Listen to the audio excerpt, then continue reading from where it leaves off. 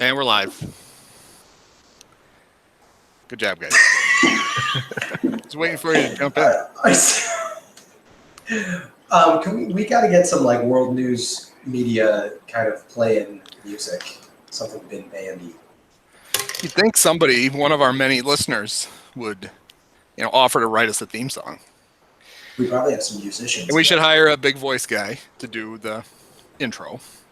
Like, what's his name? The boxing guy, Ready to Rumble. Yeah, Michael Buffer. Or his brother, Bruce. Or is Bruce dead? No, I think Bruce is alive.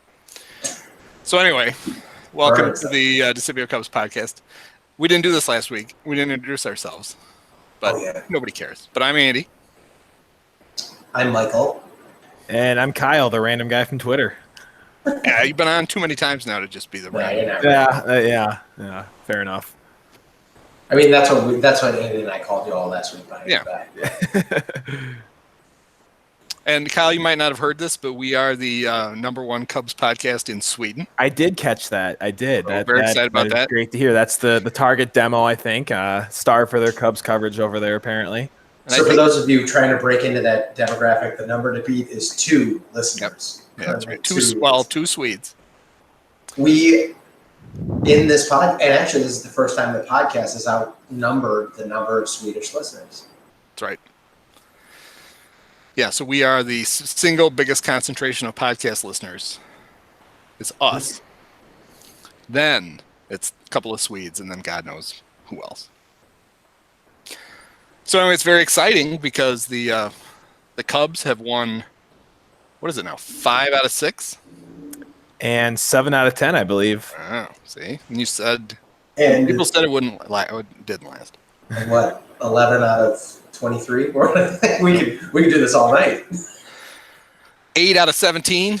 We can do this all night, except I have to run Andy through the longest tenured minor league players from each franchise. I did some research, especially on the Hickory Crawdads and the Montgomery Biscuits. You can ask me, I know it all. Andy, did you tweet this out yet, or are you going to put it on? Do I have to download a different chat messenger? Yep. All right. Just I cut a deal. The podcast is now exclusive to MySpace. So if people just go to myspace.compuserve.prodigy.net/Desipio/podcast, they can watch the podcast live. I don't know why I would need to tweet that out. It's fairly easy to remember. So I'm just going to get into my rant right now.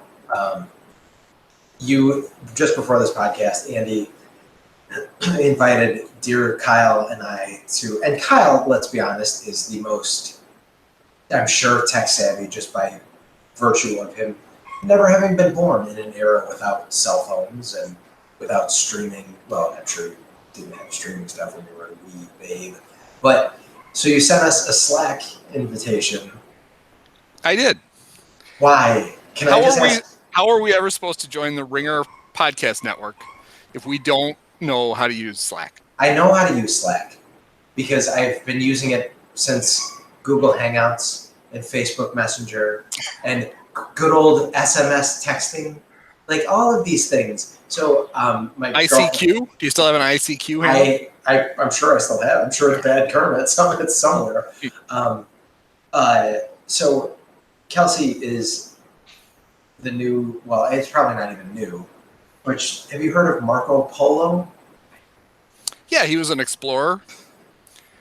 I should have not walked into that, but Marco Polo is it's basically record little few seconds, essentially record vines, which is no longer with us because it was a dumb idea because anything can kind of do what that did. You can do that on Twitter, for example, or Facebook, or whatever of these many, many services. So Marco Polo, you record these video snippets and you send them like messages, kind of like you could do just via text messaging or Facebook Messenger or Google Chats or Google Hangouts or whatever Google's becoming. And everyone's now caught up in this. And Instagram, what exactly could Instagram do that any of the other photo sharing things that we had in existence couldn't do? But like for whatever reason, people think that this is like what Apple All right, get me started on Apple. This is like when Apple comes out with like, hey, you can unlock it by looking at it. And Android's like, yeah, that was like 3 years ago we came out with those phones. But no one paid attention because Bill Gates is evil and Steve Jobs was such a humanitarian. And I'm glad that bastard is rotting in hell right now. So I'm not signing up for Slack. If you guys want to reach me, use one of the other 7 things that I have downloaded on my phone right now. They're eating data and real estate and memory and battery life on my phone. Fine, we'll go back to just sending you telegrams. That'll be fine. Thank you. So I gave you my fax. You have my fax number. The Marco Polo thing, though, do you have to be in the pool to use it? Jesus Christ. Kyle, I'm glad you're here to not laugh at his jokes because last week it was a way more awkward silence when it was just me not laughing at his jokes. Excellent. Yeah, that's why I'm here. I pause to let the internet laugh. Fair. And then we resume. Yeah. I would say go back through this podcast before you actually post it and maybe listen to yourself and you just edit in those pauses where you think that they're actually needed. Well, I don't want people to laugh over your next line. So I pause after I say something hilarious, and then we wait a beat. Otherwise, people are constantly have to hit the back 15-second thing just to try to catch up to what they, laugh and snorted over. That's just discourteous podcasting, I think. Yes. I'm nothing if not courteous. You are nothing. So anyway, I don't know if you guys have noticed, but the Chris Bryant and Anthony Rizzo are they're really bad now. And I think probably both should be demoted. They're as bad as Ian Happ. Do you think this is like a picture of Dorian Gray situation? Because now Jason Hayward is really good. So are they only allowed to be I guess that was what happened in 2016 when everyone clicks, they just win the World Series. Someone tweeted out, and I bit my lip. I love when we talk about how tweets happen. Someone was jumped into our Slack hangout and said, well, if all these guys are, I think they were talking about the Rays. Maybe it was the Marlins. I think it was one of the Florida teams. And you have a Slack hangout for the Rays and the Marlins? Yeah, yeah. And they were like, well, if all these guys are clicking, this is a really good team. I'm like, isn't that any team? Yeah. If everyone is playing at the height of their capability, isn't that the 2005 White Sox? Well, Len during the broadcast ran through the, right after the All-Star break, the 2003 Red Sox, where Johnny Damon was hitting 250, and then everybody else was hitting over 300. Yeah. All at the same time. Yeah. That might work. Yeah. When your team average is in the 280s, 290s. And they didn't even win the World Series. Yeah. No, there were two guys on. I listened to 5 minutes of talk radio this afternoon, and 2 callers called in. One guy, both of them, basically saying that Chris Bryant sucks. One of them convinced that it's. That was me, actually. Yeah, he's convinced that it's over. That. Guys just aren't good at some point in their career, and you don't have to be 30 to be washed up. Let's say, geez, who dialed the phone for you? I mean, honestly, there's no way you can be that dumb and actually successfully work a telephone. And what was the third caller bitching about Aroldis Chapman's use in the World Series? Apparently, Cap spent an inordinate amount of time on his little show this morning preemptively complaining about Joe's lineup tonight. He didn't know what the lineup was. He couldn't believe that Wilson Contreras wasn't going to be in it. That's the most Cap thing to do. So he complained about it forever, saying, I can't believe, there's a day off tomorrow. They don't need to rest him, blah, blah, blah, blah, blah. And then he plays, and he gets a couple of hits. And it's like, really? This is what passes for content in this town? You bitch about something that's not going to happen? Cap has ever caught even a 6-inning Little League game? I would say if you have an opportunity against a very bad Marlins team to give your catcher 2 rest days in a row is maybe not a bad idea. every once in a while. Maybe it is a little early in the year, but this is going back to my screw everyone that thinks that Joe Madden should be gone after this season, because I feel like he knows what he's doing still. I saw Cap. I didn't tune in, fortunately, for my own eardrums. But I saw on Twitter there was some clarification among Cap and his crew over at ESPN 1000 about Cap's interpretation of if it's still relax about the Cubs or panic about the Cubs, because his go-to phrase has been the RELAX, relax, for all these years, and it's just like, Jesus Christ. Well, it's better than Police Act's goddamn train thing that he had going for them. So, Andy, make sure, by the way, you edit in after Kyle commented on his eardrums. Make sure to put a break for 15 seconds worth of laughter after that. All right. Thank you. Yeah, no, I'll write these down. So just tell me when you think I should pause. Okay, perfect.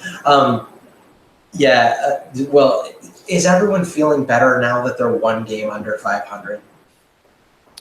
I don't know. I mean, they've really dug themselves a hole. They're 2 games behind in the loss column behind Milwaukee, and there's only 145 left to go. Time to pack it in. I don't know that they can catch up. What's the magic number for the Brewers at this point? I know what the Cubs is because somebody asked me, so I figured it out. 148. That actually doesn't seem that unreachable, honestly, at this point. No, especially if the Brewers lose 100 games from now on, the Cubs only need to win 48 to clinch. Yeah, that's easy. That seems pretty good. I think they can do that. 148 more, obviously, not 48 total. So that's a little, what is that, like 60 wins? Don't they say you win 60? So they'll definitely at least get that. Yeah, everybody wins 60 except for the Tigers. Except for this year's Marlins. Yeah. And everybody loses 60, and it's what you do with the other 42. You know, I totally get the logic behind that, but I love, and not to crush them. I know it's been discussed here before. The Bleacher Nation folks, they do a good job. But one of the things that Brett Taylor likes to do, one of the things Brett Taylor likes to do is a couple times, every once in a while, after a loss, he'll tweet out something to the effect of like, "Oh, this was just one of those banked 60 losses that you have." And can someone explain to me the criteria for a loss that is part of the 60 that you go in assuming, and a loss that's not part of the 60 that you go in assuming? Like, I don't know. I've never understood the math on that, but they only lost 68 last year total. So, you know, they did pretty well in those 42 and didn't win the division. So yeah, I agree with you, Kyle. That's like there's nothing saying that you can't go 162-0. We don't start you with 60 wins and 60 losses, because then the 42 game season would be pretty easy to actually make time to watch the games. Well, that should be Rob Manfred's. That should be his new initiative. Everyone's starting at 60 and 60. We're just going to start everybody at 60 and 60, and it's a 42-game sprint, and see what happens. I love it. Every one of your starters is to make about 8 or 9 starts. Yeah, and the season will still go from April until October. You just play once a week. You're only going to play 42 games over that time. And the Cubs would still find a way to have like 6 of them get rained out, and they'd have to play the last dozen in 9 days. Whoops. We screwed that up again. Yeah. Somehow they're still going to have to fly to LA after a night game in New York. The Angels for that makeup have to fly in from Seattle for one game. Oh, poor babies. Yeah. Oh, today was the NFL schedule release, which apparently is supposed to be a thing. I know it's a 2-hour TV show, even though everybody knew by noon what all the games were. Some NFL reporter tweeted out that the Rams have to have a 5,000-mile road trip because they have to fly to London. And he's like, look at this. Look how many miles they have to go. And so I tweeted at him, they're not rowing a boat. They're sitting on a charter airplane. I think they're going to survive. I mean, we act like their travel is so arduous. Okay. I don't. I'm sure there's some scientific explanation that someone's going to yell at podcast. Probably someone in Sweden. Sweet. Our 2 Swedish listeners. Can you fly to Chicago? Come meet us.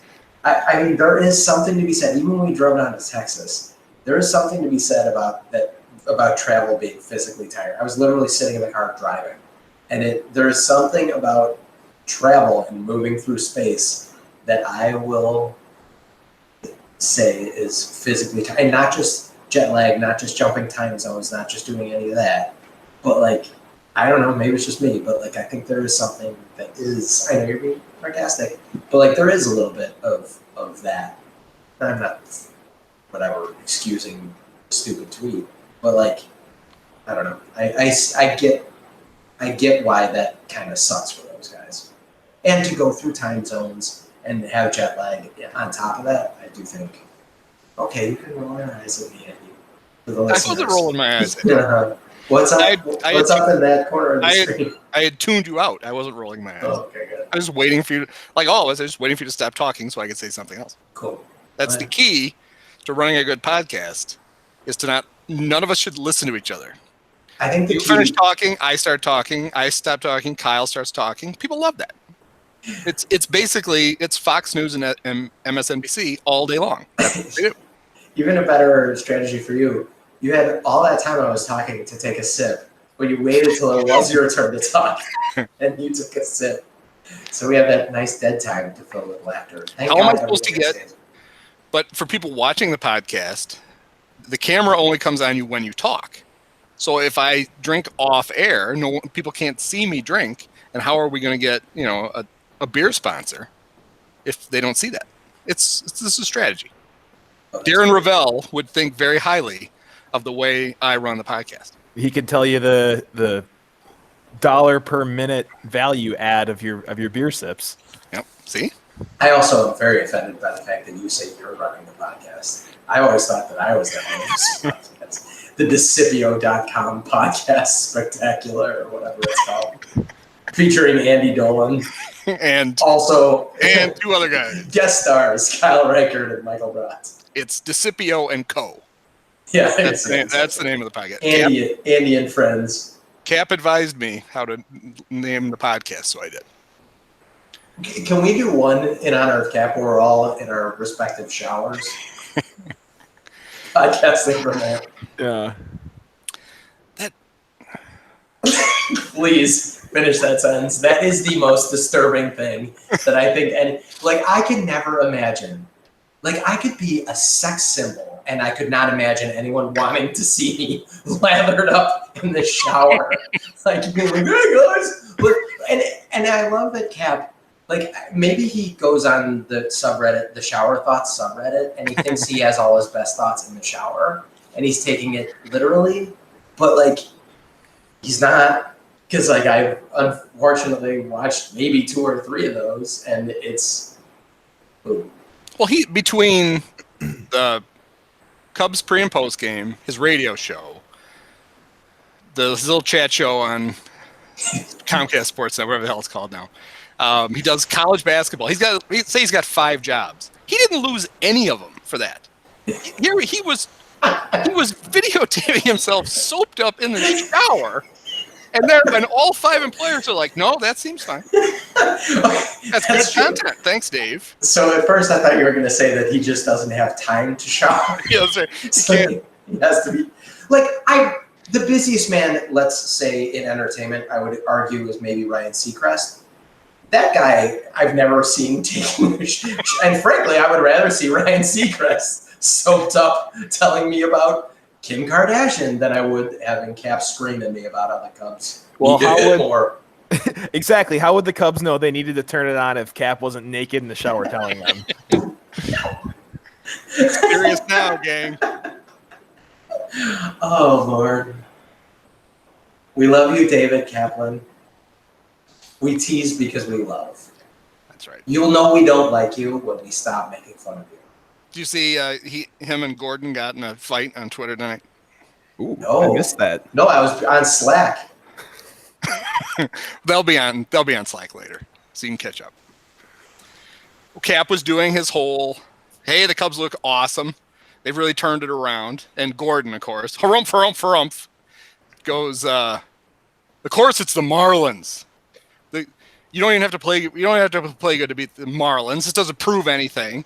And then Cap really got under Gordon's skin because he said, who told you that? Some press box wag. And and they just started sniping. It was pretty good. And Gordon said something like, "Well, don't get me started on whatever." And John Lester's contract. My contribution to it was, we try not to get you started on anything. I would like to get you not started on breathing each morning. So I find Gordon's tweets a little bit more tolerable if you read them sarcastically and then imagine him turning sideways and sipping a Doers. Yeah. Well, he should just hire a comic book guy to read them out loud. and they'd be entertaining then. I could do a pretty good comic book guy. Maybe I'll start a podcast that's just me reading Gordon's tweets. And come on, think about it. Start a Slack channel where you post little audio files of yourself reading Gordon's tweets, and then we'll all subscribe to it. Profit.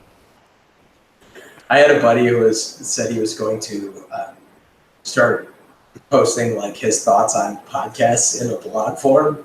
I'm like, cool. If you do that, I'm going to start an Instagram account.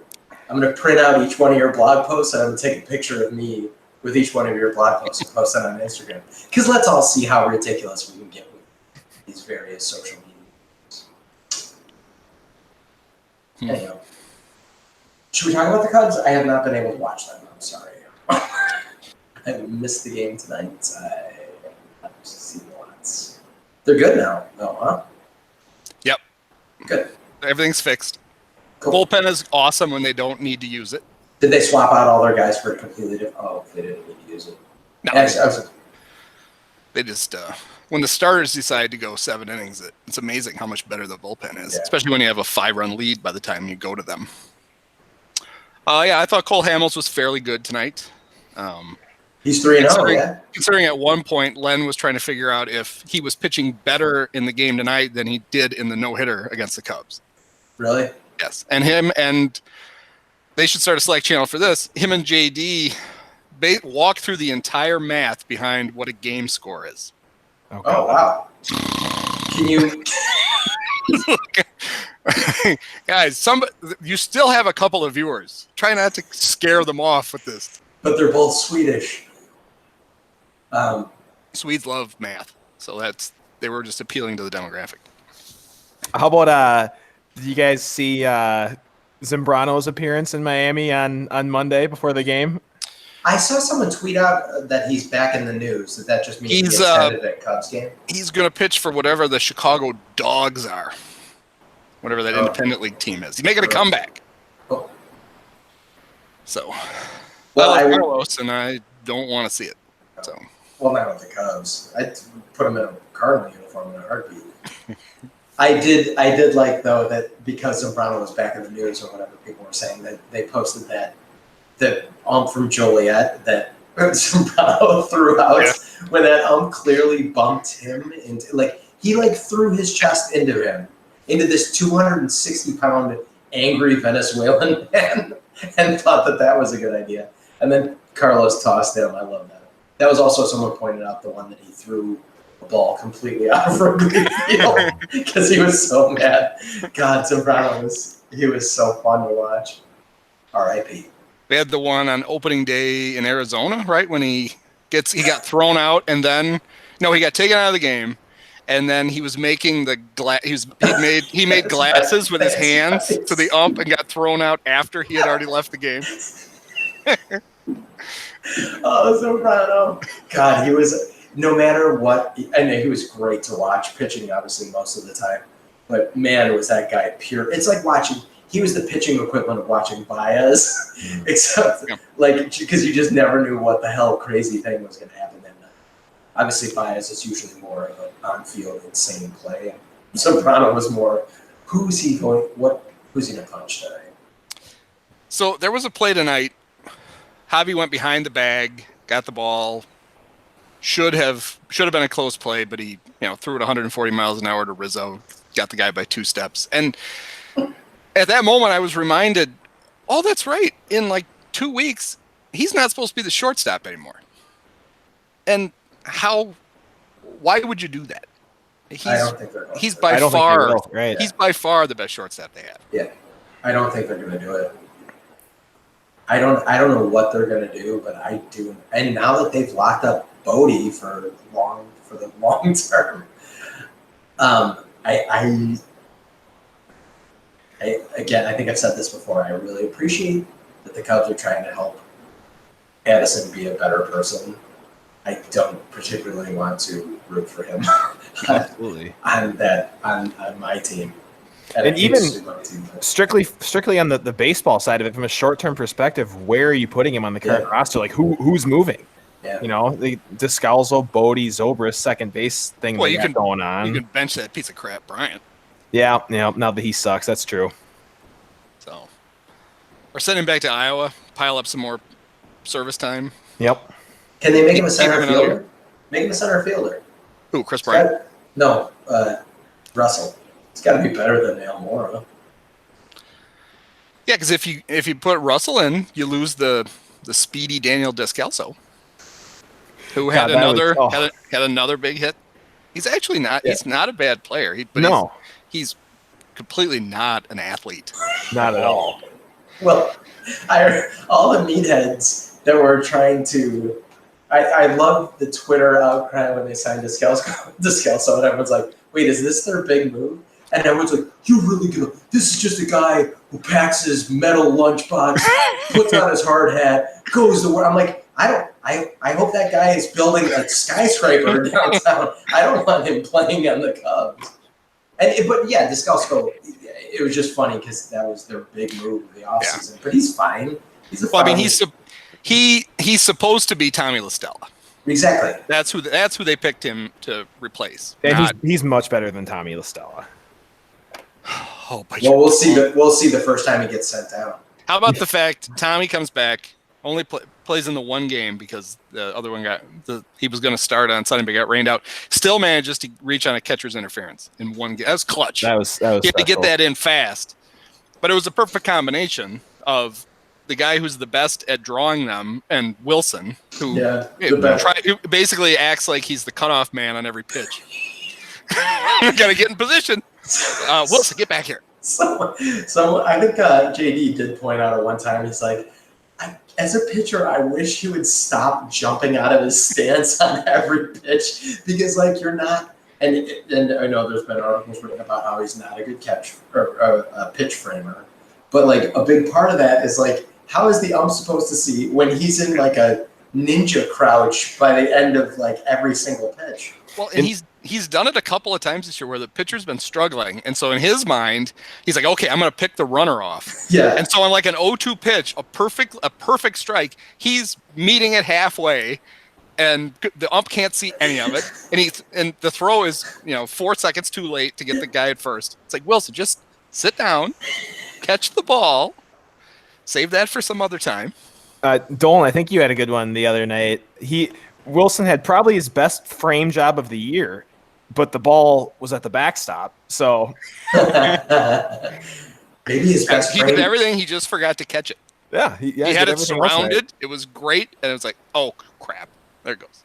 The conspiracy theorist in me wants to say his best frame job was Addison Russell. Maybe he's innocent, guys. Maybe that's why they're standing behind him. Yeah, it could be. I mean, I know I was pretty disappointed tonight. I was hoping Cap was right about the lineup because anytime I can see Taylor Davis play, I mean, that's excitement.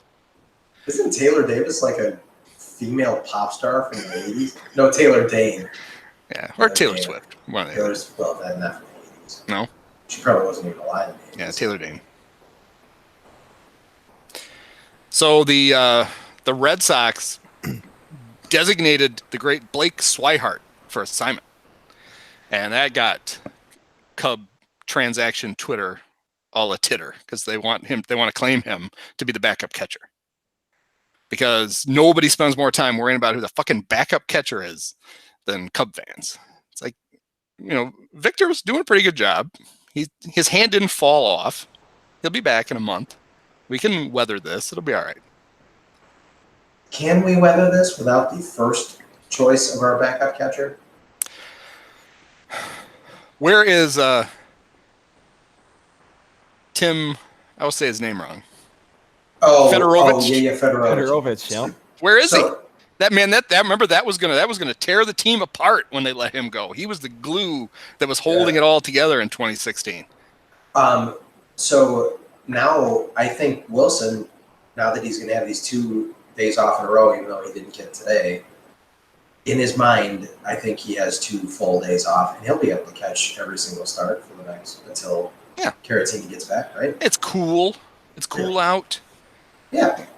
We'll probably get another light dust. Anything under games that start under 60 degrees, it doesn't even count. Catcher knees, it doesn't hurt. Yeah. Yeah, he'll be fine. Or they can just, find out whatever car wash Rene Rivera is working at, and they can pick him up, and that'll be fine.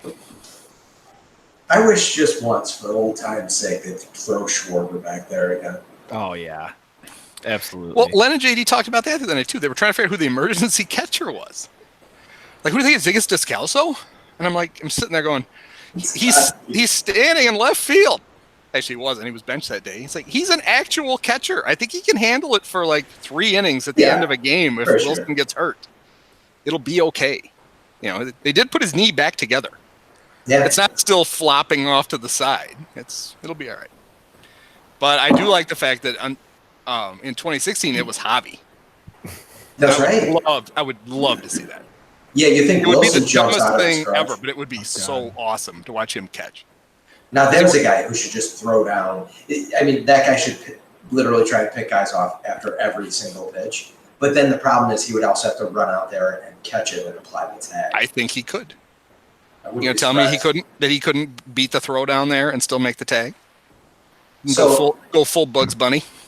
Yes. So, Dolan, I'll ask you this because I think, if I'm misremembering, I think you were a huge, so was I, but I think you were a huge Dunston fan, right? He's probably still my favorite Cub of all time. Yeah. So, and Dunston reminds me of like a low rent hobby where he was had these incredible physical tools and was very fun to watch. Yeah, Javi is what Sean was supposed to be. Right. And the Cubs picked him ahead of Dwight Gooden. Right. In the draft. So I feel like Javi, and this is I normally trend toward the lefties, the guys that can't run the guys that play baseball like I play baseball. But Javi is rapidly becoming my favorite left side of the infield. Those positions that I can never play, being a lefty, Cub of all time. This guy, he's so goddamn fun to watch play baseball. Wait, you like him better than Shane Andrews? Come on, that's saying something. Yeah. What about Ian Stewart? Oh God. Well, and seriousness for a second. Probably my guy growing up because I could identify with him, and I was always 17 was Grace. And because he was a lefty, he hit lefty. He was a doubles hitter. He was that kind of guy. He smoked a pack a day. Yeah, he smoked a pack a day. And now it's so impossibly hard to not have Rizzo be your favorite Cub of all time, or favorite current Cub at least, because he's just he's great for the city. He's just a great dude. He's a great player, obviously. He's just one of those guys that you just root for. So I don't know, but Javi is, as far as all-time favorite Cubs to just watch play the game of baseball. Even when he's doing little dumb shit that the cameras are catching him on in the dugout, like that gif where he's juggling up the bubble gum and he just snatches it out of his hand, and then he just he's just such a lovable dude. So he's one of the most fun players I've seen in my recollection, except for, of course, Terry Mulholland. I'm going to get him into every podcast I love. We're going to rename this the Terry Mulholland podcast. I bet we can get him on. We're getting Terry on. I bet we could. Yeah. Oh, I'm sure we could. I'm sure he's available. I forget why it came up yesterday, but somebody on Twitter was wondering, basically saying that Joe was the perfect manager for Javi. Javi wouldn't be what he is right now if Joe hadn't been his manager. And I believe that because Joe just lets him. I mean, how many other managers are so secure that they just let Javi figure it out with everybody watching, knowing that his instincts are so good that he's not going to really screw things up. But I wondered, so what, you don't think he would have been this good if Dale Svein had been his manager the whole time? Threatening to send him to Iowa every time he screwed anything up. Remember when he wanted to send Starlin and Rizzo to Iowa? It's like, oh, you're two good players?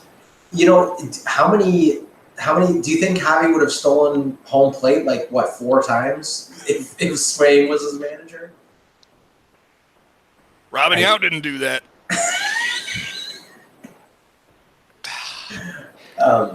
Dale was at it again today. Dale and Ricky going nose to nose. So the Royals were in town playing the White Sox, and Tim Anderson apparently already hates the Royals because last year he hit a home run, and the great Sal Perez got in his face about disrespecting the Royals or whatever. So he hit a home run today, and his bat flip, he almost threw it all the way into the White Sox dugout. He was so fired up. And, of course, so very predictably, the next at bat, the Royals drill him. Because why? I mean, seriously, what? I know the teams have been doing it forever, and every Cardinal fan that I hate it. Best fans has been busy the last 3 days constantly retweeting all the Cardinal fans demanding that the Cardinals drill Christian Yelich because he's hit 8 home runs against the Cardinals already this year. That's because he's good. Yeah. And putting a guy on base will naturally solve everything. Yeah, exactly. Yeah. Well, I don't know how that ever got to be a thing. And I know it used to be a thing all the time. And like Santo used to wear it with like a badge of honor and every time, Billy hit 32 homers that year. That meant I hit the ground 32 times. Well, why? It's the biggest. It's stupid. It's the biggest goddamn meatball mentality. It's the same. I feel like the same people that are calling that just the way the game is. It's this old dumb boys club thing. The same thing. Oh yeah, I'm being horrible and making mistakes and not calling the game correctly. It's part of the game. It's just tradition. I hate that shit. And to a lesser extent, Andy, the fact that guys, why can't the MLB have any of the bombast of the NFL? Even the NFL, the no fun league, has at least let the celebrations play out, even if they decide to fine guys or whatever for excessive celebration. Why can't the MLB have a little bit? Because do they really want to keep hemorrhaging viewers to all the other sports? And MLB, they have this whole campaign this year, the Let Them Play campaign, where they did it today. So Anderson hits a home run, does the big bat flip. Before his next at bat, MLB had tweeted out a GIF of him doing it with the Let Them Play thing, and then of course he still gets drilled. Yeah, they're trying to actively encourage the players to do that stuff, but they do nothing about the players trying to police it out. You got to. I think just reflexively, anytime a pitcher intentionally hits a batter, Brian McCann should get suspended. Whether it had anything to do with the Braves or not, just take the fun police and just suspend him. I know Sal Perez is out for the entire season. He gets suspended too. It's just we just have a list. Tony La Russa gets suspended. All that bullshit. So speaking of bat flips, I was at this game. I assume that's what this game was from. Someone, I don't know why they were specifically tweeting about Javi in the last day or two, other than the fact that it's Javi. I assume this is when he homered off of Cueto in the division series in 2016. It wasn't a flip, but I don't even really remember rewatching this game and just the kind of he hit that ball so goddamn hard. That's the furthest I've seen a ball hit that just landed in the basket because of the wind blowing in. But that thing would have been a 500-foot home run if he hit that. Oh, maybe that's why, because I guess he hit a 440 something or this during the series, opposite field. He had a ridiculous problem. I know that. He had another one tonight. Yeah, he parked one last night and tonight. Not quite as far tonight, but he had another one tonight.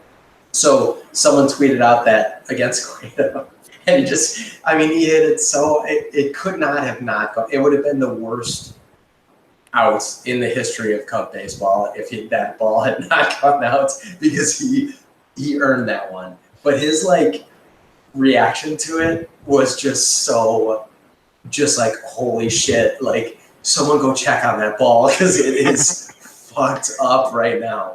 Like it was unabashed, just the power that he hit that with.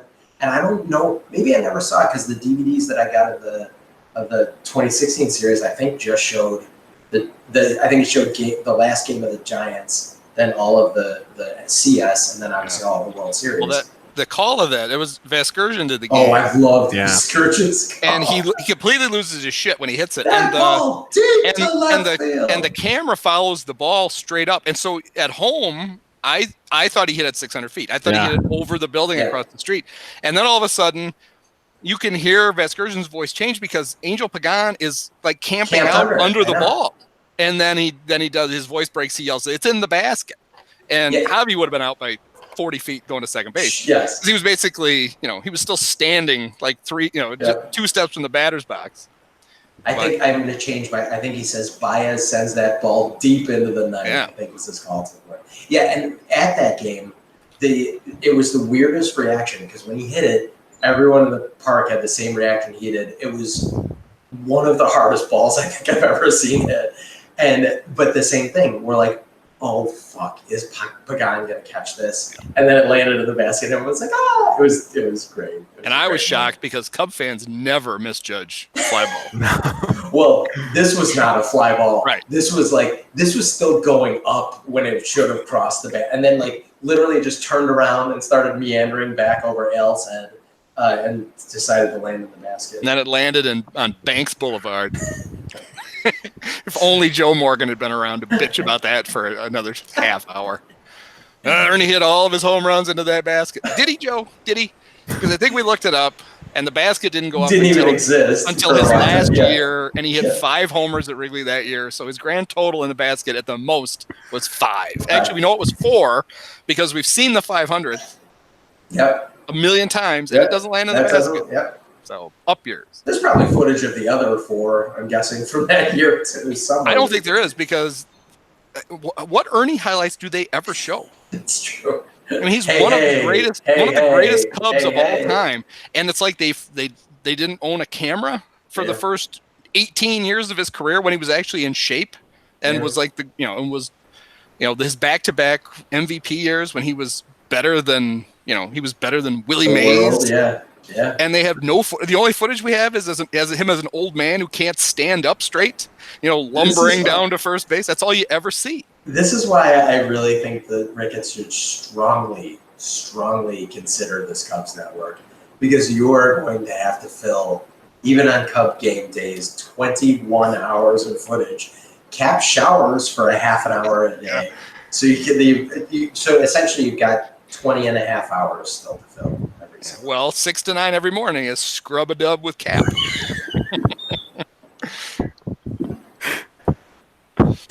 Oh boy! Joe, come back after these messages. I've got a suspicious mole on my back. What do you think? Oh, it's gonna be great. All right. Speaking of suspicious moles, this is the best transition ever. All right, this is really going to entertain like 4 people who listen to this podcast, but I think it's interesting for everybody. But there's only a few who are going to remember this. Way back, so long ago, back when I used to actually write articles on Desipio, one of the things I used to do routinely was make fun of Barry Rosner's column. And back when Barry used to actually write too, he had these. He would write normal columns occasionally, but normally he had like this formulaic, he would run something funny that some other newspaper writer wrote. There was a funny line about Tiger Woods, and he'd have a couple other things, and he would finish with these terrible one-liner jokes from this guy named Alex Kaysberg, and they were just groaners. I mean, these are like Jay Leno would have looked at these and went, "Oh, that's way too obvious. We can't use that." I like that. So I would make fun of them, and then I would get he would post in the old, this goes back to even like the shout box back when we had that. And then on the message board or just emails to me where he would complain that I was making fun of his hilarious jokes. Alex Kaysberg. So 4 years ago, a comedy writer, if you have to hear the air quotes as I said, a comedy writer in Los Angeles sued Conan O'Brien for allegedly using 4 of his jokes, stealing 4 of his jokes, using them on different shows.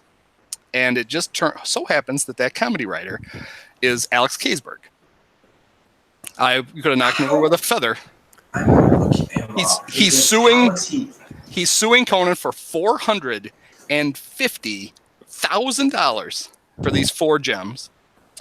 And for the longest time, Conan, and I guess at the time, this might go back to NBC. It might not even be Turner. It might go back far enough that it was NBC. They've been trying to squelch this lawsuit, but they've been unsuccessful. And it is actually going to trial this month in Los Angeles. And so, if you will indulge me, I want to read a little bit from, there's a Vanity Fair article, which I will link to in the show notes.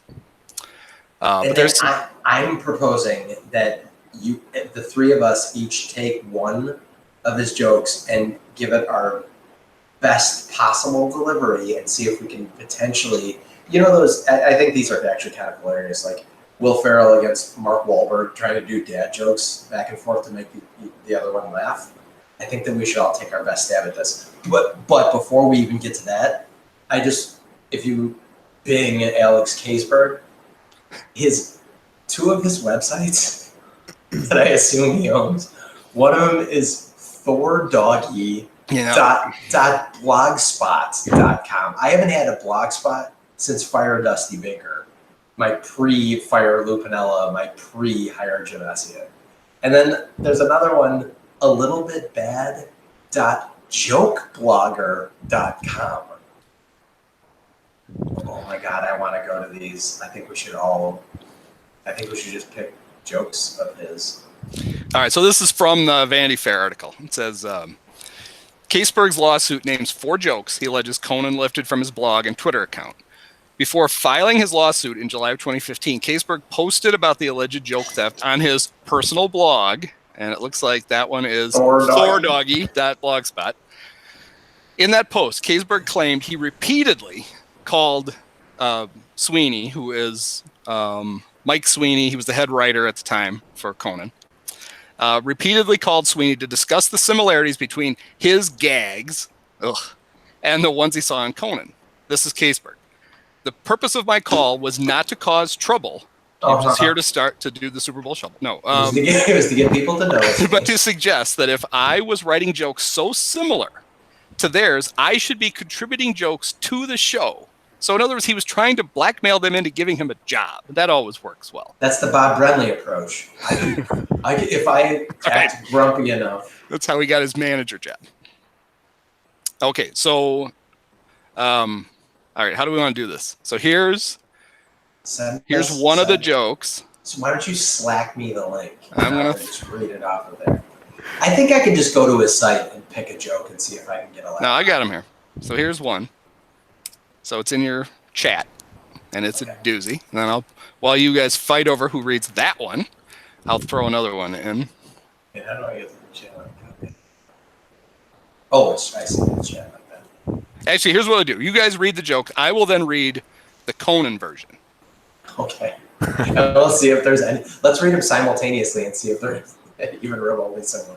All right. So there's the first 2 there. Okay. Okay, I'm going to take the first one, Kyle, and not look at the second one and see if you can get a laugh out of me. Go for it. Okay. Let me scroll up so I can't see this one. Okay. Oh, these are like straight up weekend update jokes. The Delta flight this week took off from Cleveland to New York with just 2 passengers, and they fought over control of the armrest the entire flight. Dolan, can you give me a 15-second break for laughs? All right, and pause. Sure. You? Let Sweden laugh. Okay, I'm not going to look at this. I'm going to just see Kyle's face reading this one. Now here's the Conan version. Okay, yeah. On Monday, a Delta flight from Cleveland to New York took off with just 2 passengers, yet somehow they spent the whole flight fighting over the armrest. Yes. Alex, he's got a point so far. That's very similar. Yeah. Yes. Okay, now read the second one there, Kyle. All right. Tom Brady said he wants to give his MVP truck to the man who won the game for the Patriots. So enjoy that truck, Pete Carroll. I liked it. Here's the Conan joke. Tom Brady said he wants to give the truck he was given as the Super Bowl MVP to the guy who won the Super Bowl for the Patriots. So Brady is giving his truck to Seahawks coach Pete Carroll. Ooh, okay. So now you say to yourself, okay, now those jokes are pretty much exactly the same. However, But the those are pretty defense is- obvious jokes. Right, those could not be more freaking obvious. In Right. fact, Straight off of Darren Rovell's Twitter feed. the other two are Kaysberg's joke. The Washington Monument is 10 inches shorter than previously thought. You know, But it was cold outside. You know the winter's been cold when the monument suffers from shrinkage. Yes, so let's see. that. You give us the setup, and we'll see if we can guess the punch. all right. So obviously we can guess that one. So this is a stupid argument so far. I bet you any money we can figure this out. They didn't write the whole last joke. Said the final darn. entry was an off-color reference to Caitlyn Jenner's transition and resultant possible name changes to streets named after Bruce Jenner. It too aired on the same day that Kaysberg posted the original joke. All right, so this is my favorite part of the whole thing. So this is the legal argument that Conan's lawyers are using. It basically that his jokes were not original enough to legally protect. And it said Kaysberg's jokes are negligible and trivial variations on unprotectable ideas, pre-existing works, or public domain works, such that they do not contain the requisite amount of creative input to qualify for copyright protection. That's a good argument. And holy shit, would that be the worst thing to hear as a comedian, though? Yeah. Sorry, your material, even though you use it, it's hacky. And here's Andy Richter's defense. Who the fuck is Alex Kaysberg, I hope is what he said. Andy Richter wrote on Twitter, "There's no possible way more than one person could have concurrently had these same species elevating insights. These takes are too hot." Hello, Andy Richter. So the interesting thing is they've so Kaysberg wanted to, I think he did get to he gets to present a joke expert who's going to somehow break down can the it fact. be me? Yes, it's going to be. That's why we brought it up. They're flying you out to LA for this. Yay. Kaysberg's his 2 proposed expert witnesses, one I haven't heard of and one I have. The one I haven't heard of is a guy named David Barsky, and the other one is comedian Elaine Boozler.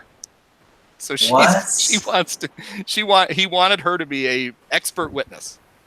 I have not seen Elaine Boozler since probably 1991, but I hope she's doing well enough to turn down this offer. So that's our boy, Alex Kaysberg, trying to cash in for 450 large because he came up with 4 unoriginal. Now they're similar, but honestly, if you put 1,000 monkeys with 1,000 typewriters, they would have written these 4 jokes eventually. Yeah. So, I am still on his website. I think that we should play more. Can we guess after we set up this joke what the punchline to they say? Well, I may have done. I should go back and look. I used to suggest better punchlines to his jokes.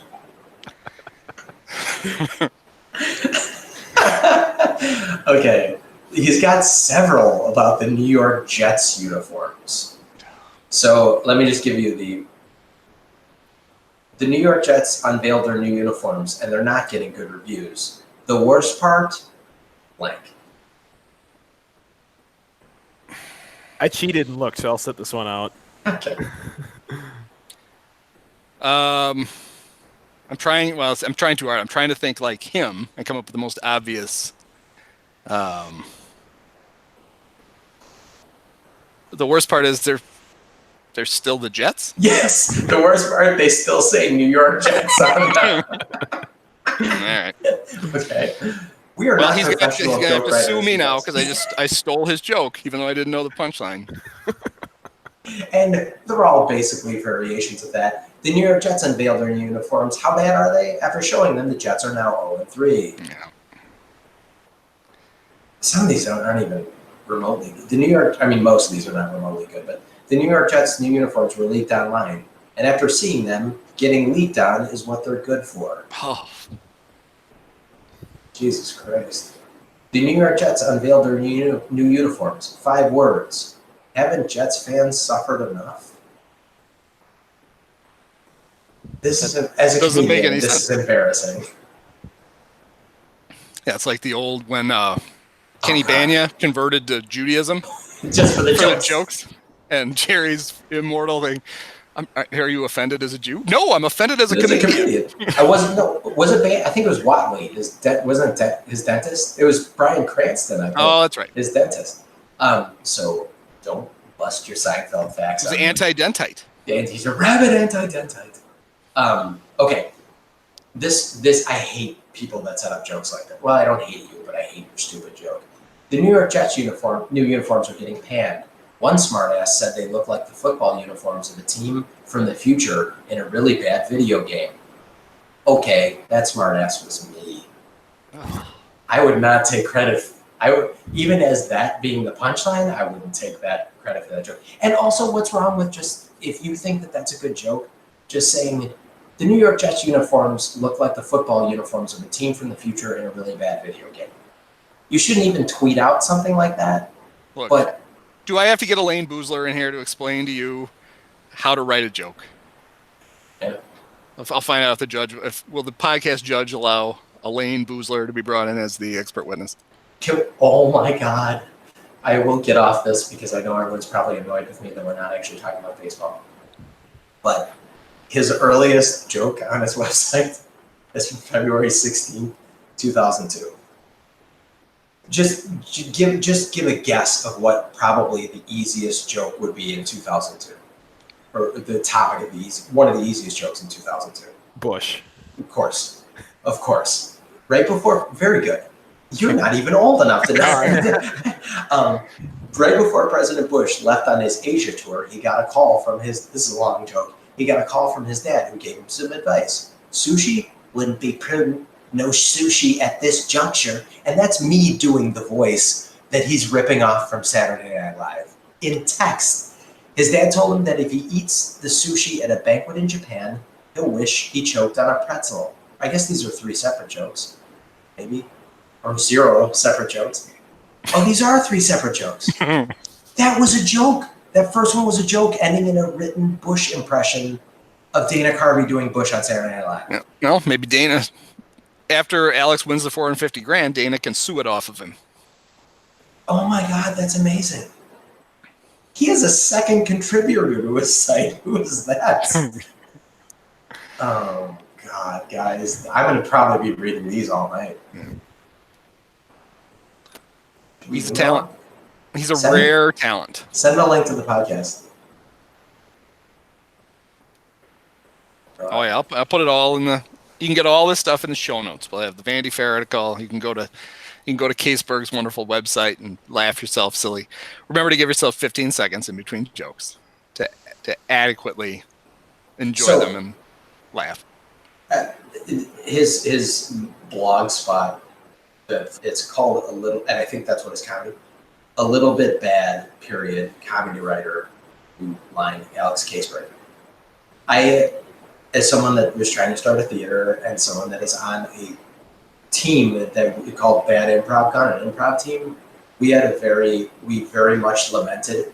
We thought that it was okay. Well, because Bad Improv Guns, everyone does improv guns like this instead of like this. Like you're actually supposed to hold a gun and blah, blah, and phones are not this, phones are this. You can't tell this if you guys are just listening to this. But anyhow, we're like, hey, we probably maybe shouldn't put the word bad in our team name for when we're getting introduced. And we're like, you know what though? We're all good improvisers and we can pull this off. I don't think that this was a good idea for him to put the word bad on his website. A Little Bit Bad is the name. That's a bad idea. Sorry, Alex Gaisberg.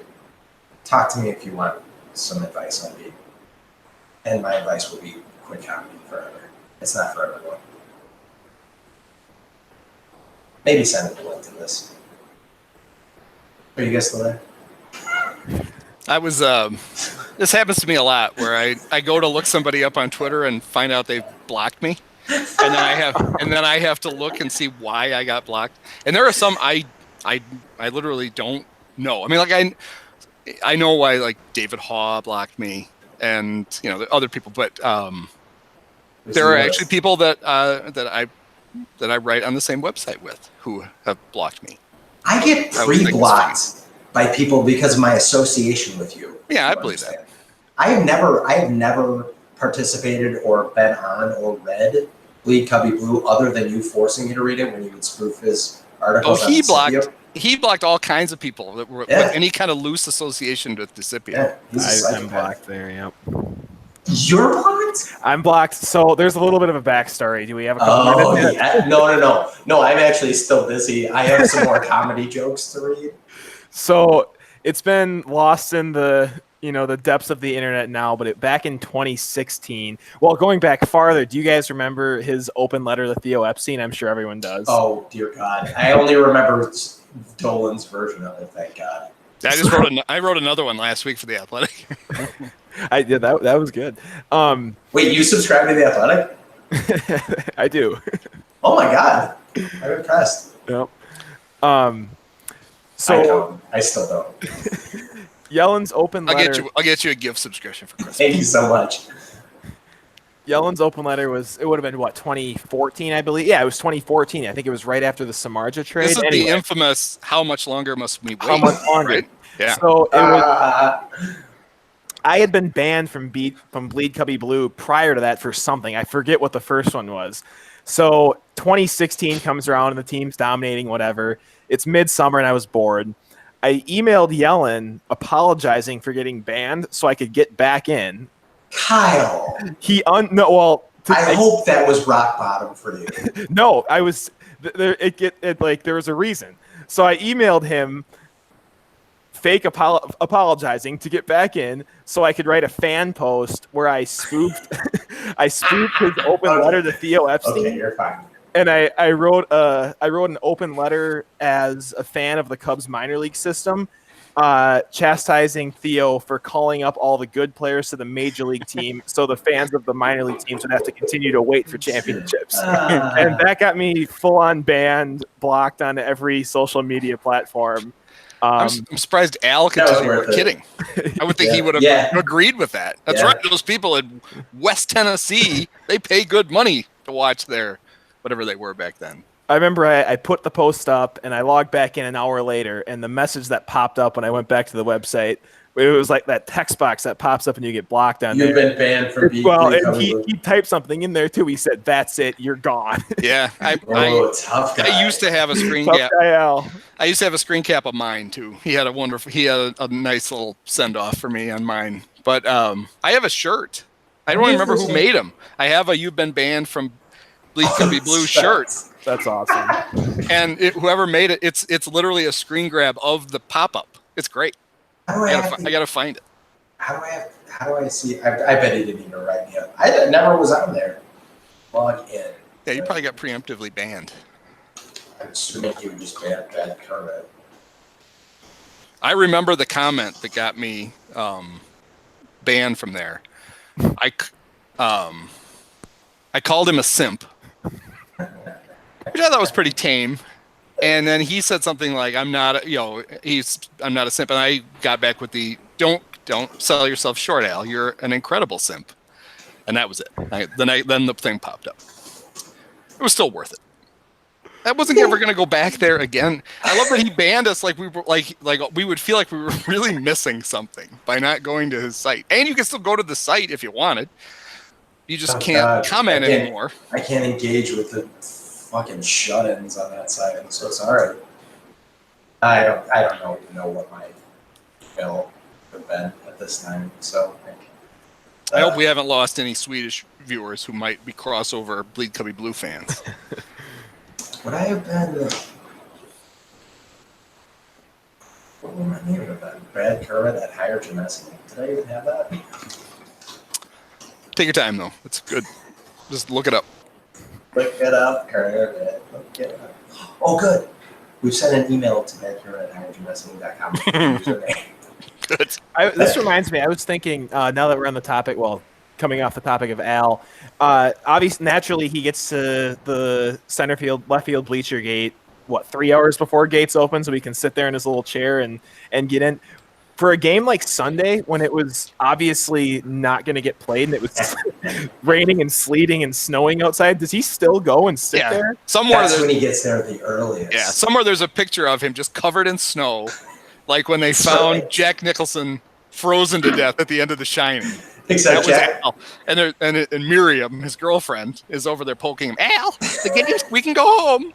The difference is that Jack Nicholson was lovable enough, even as a psychopath, to have a family, to have a wife and a child. And Al hasn't quite got there yet. Oh Christ, what a fucking boob. How insecure do you have to be? And frankly, if I wrote like him, I would be that insecure.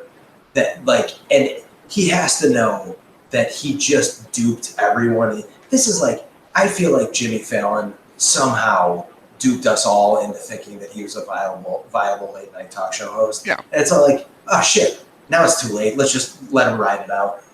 I feel like if anyone was here's a reasonable alternative to this nonsense, then his whole world would come crumbling down. So he has to. And Dolan, I mean, you are you're one of my favorite Cubs writers of all time. You're so head and shoulders. You should have been given that bleacher, although I feel like they would have neutered you. But and so I'm glad you didn't. But that should have been you, frankly. That you were by far a better representation of a Cubs fan, and you're a much better writer, much better humorist, and much more entertaining person to read. So of course he would have to cut you off at the knees before you even did anything. Yeah. Well, I mean, I think the people who do those jobs are willing, not able, because I could do it. They're willing to play things down the middle that I wouldn't have the patience to do it. Boring. Fake positivity, stuff like that. When things were going bad, it was. I wanted to make fun of it. They were so bad, it was absurd, and I was going to make fun of it. And the people who enjoyed reading me, that's what they wanted. That's what they got. And I know there's more of an audience, as sad as it is, for more of the. I don't know where the hell Al's audience comes from at all, because none of that is remotely entertaining. I can see why people like Bleacher Nation. He does the news aggregation and stuff, and and so that you can go back several times a day and there's stuff there for it. But I can't write that stuff. I would be bored 30 seconds into the day if that's what I was going to do. So I met Brett. He's a very nice person. The impression that I get of the Bleacher Nation, I don't know who Al's audience is because they are not allowed to go outside. But the Bleacher Nation audience, and I'm sorry if you guys are listening to this that are Bleacher Nation fans, they will lose our 4 listeners. It seems a little bit like the runoff from Bleed Cubby Blue. The ones that were just smart enough to be I can't stand. Al, this guy why am I reading this moron, this boring writer who doesn't know what he's talking about and acts like he has access to the team, but he's just doing the same thing that we're doing. Yeah. Actually, he's not even doing that because I have a better view sitting at home watching on TV than he does from his dumbass seats. And I feel like he captured, and there was a need for it, because Al was at one point going completely apeshit on banning people, and I bet there was some blowback for that. But I feel like a lot of refugees of Bleed Cubby Blue went to Bleacher Nation, and I don't think they particularly got any smarter or any more or obviously had any. I don't know. I can't read Bleacher Nation either. Well, I mean, it's night and day. It's obviously a much higher quality product that they get there. In writing, and I said, there are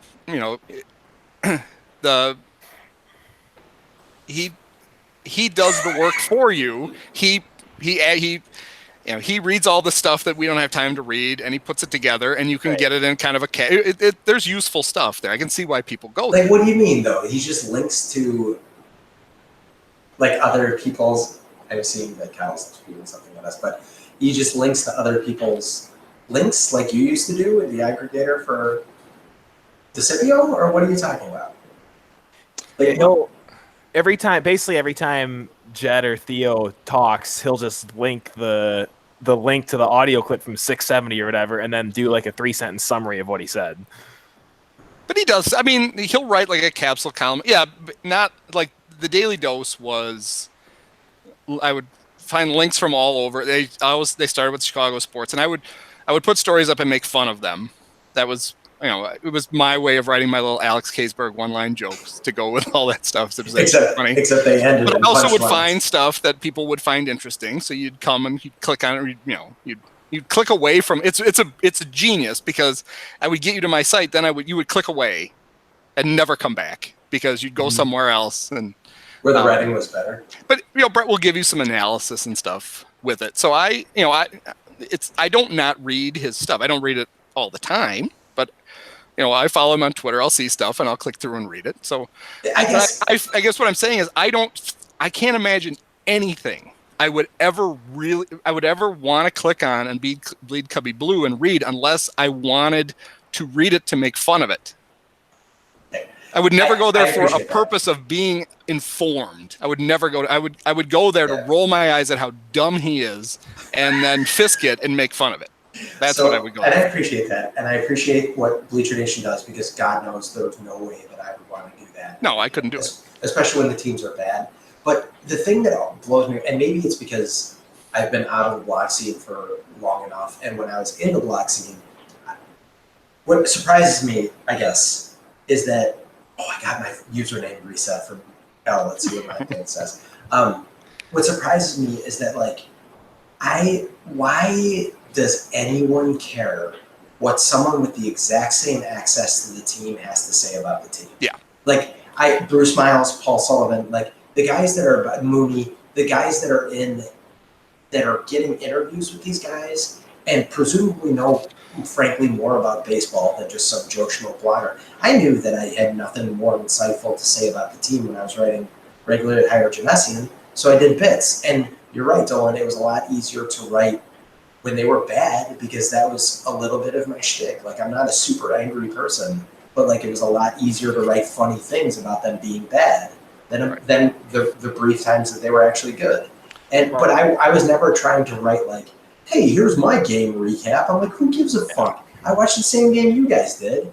If you guys want a game recap, go to Kerry Muscat, go read MLCubs.com, Jesse Rogers, and for whatever you think about them as writers, you have resources to that. And the only thing I can fathom is that people think that they're more connected to someone like Al, and that makes me actually even sadder than to think that someone would. And I know you guys are laughing, but that's not even. I don't even really mean that as a bit. I mean that as what? Oh, he's like a regular fan like you. It's so go fucking talk to your friends about it. I can't fathom why anyone would want that. I'd rather look at a box score for a recap than read some blogger's recap of a game that I didn't have a chance to watch. Well, now I am someone who gets paid to write about the Cubs with no more access than you have. I wake up in the middle of the night in a cold sweat thinking about that. But so I feel like I'm writing from the fan perspective, and that's what they want me to write from. Otherwise, I wouldn't write it. And I make actual jokes. That's what I do. Yeah. And for the longest time, remember, well, you don't remember, Kyle would remember, they put a disclaimer on my column at The Athletic to let people know, because people who were reading it were getting it. The people who were commenting weren't. They couldn't figure it out. Shocker. Because the tone of my column is so much different than anything else on The Athletic. That John had to actually go, he's purposely making fun of things. That's what you're going to read here. So, and they were able to finally take the thing off. and I just write, and people now know that there are jokes there. But yeah, I mean, it was so different than anything else on the site that there were people who I can't imagine people couldn't conceive of what was happening, but they couldn't. So, I did get my login. I am still banned, but there's just a pop-up that briefly comes out. You are banned from Bleed Cubby Blue. You can read but not participate.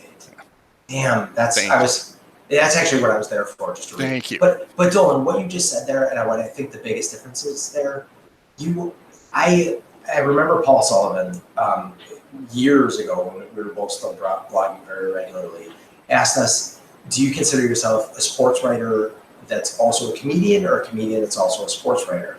And I don't remember how you answered that. I remember how I felt. I was like, I definitely consider myself a comedian that writes about sports. And I consider just sitting talking to you, you have a much better memory. You watch more Cubs, you watch more baseball. You're a far better knowledge source when it comes to baseball. And so I'm a little bit of a genius. Yes. well, I mean, but your writing obviously is what literally inspired me to start blogging. So sorry, so you should be apologizing, bro. But like I wasn't trying to compete with you, but I was like, this seems like a shitload of fun to be doing this. That's why I still do it. I write it because it's fun. Yeah. And so, but I guess I always consider myself, I wasn't trying to compete with the news sources. I wasn't trying to do any of that stuff. I was just trying to make people laugh that also shared the common interest of being Cubs fans. So to not have, so what you said, Andy, is yes, you do have the same access to the team that everyone does, but you're writing jokes about this. Right. You're writing in an entertaining way. You're not I'm just not pretending. down. I'm not pretending to cover the Cubs. Exactly. With no accent. I guess that's the way to say it. Right. Yeah.